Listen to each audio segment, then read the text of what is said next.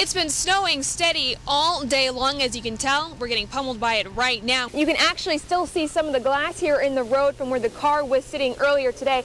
But here's the thing. The car was shot about a block down the road at Cherry, but he kept on driving until he finally wrecked. He was car surfing, and when the driver sped up into a U-turn, that's when he fell off and was killed. You can literally walk right in and cool yourself off, but even this calm water can be dangerous. And the problem really stems from how all your ballots were put together, because the problem is, well, they were folded the wrong way. One and only bathroom, well, that was up until 2 days ago.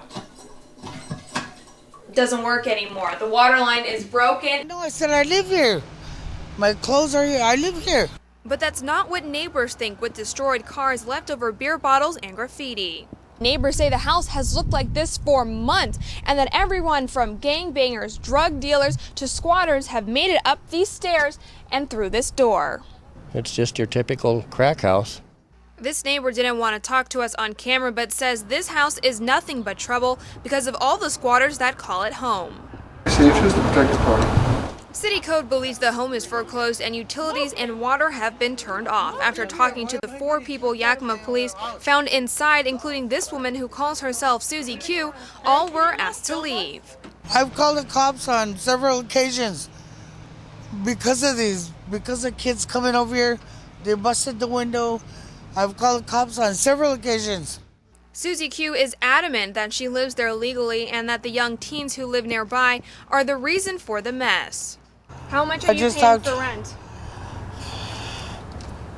You have to ask my brother-in-law. Whether she is there legally or not, the person responsible for cleaning up this eyesore aren't the people inside, but the person who has the title for the home. It's the whole neighborhood that pays. And that's the point of having the monetary penalties, is to get somebody's attention. Even though the neighbors have to look at it, if the title owner is notified to clean up the house and doesn't, the city could put a lien on it. 65 years old, you don't even know how to act. We didn't know what to do. Sharon Estrada is celebrating more than just another year. She's celebrating her first birthday with her long-lost twin. But to understand how these 2 twins found each other, you have to go back 40 years. She had 4 children that were ages 2, 3, 4, and 5 when I was 8, almost 9 years old. And one day they were just left at a curb. Sharon says she had a bizarre childhood that revolved around her mother, Dimple Carolyn Belcher, and the 8 or 9 men she married and had kids with. Children that were either sold, abandoned, or given up for adoption, like her sisters Sandy and Myrna. What's your family? For the past 40 years, Sharon's found 11 of her 15 siblings and started looking for her twin by accident after a family friend spilled the beans when her mother died. It was just overwhelming, and then I had to convince Sharon that the test was, this is science, Sharon, it doesn't lie. She said, you and Sharon are twins. And so I discovered that I had a twin sister, and I think I was pretty much in shock. Shock is the best way to sum up Veronica and Sharon's first meeting in April of last year. Happy birthday!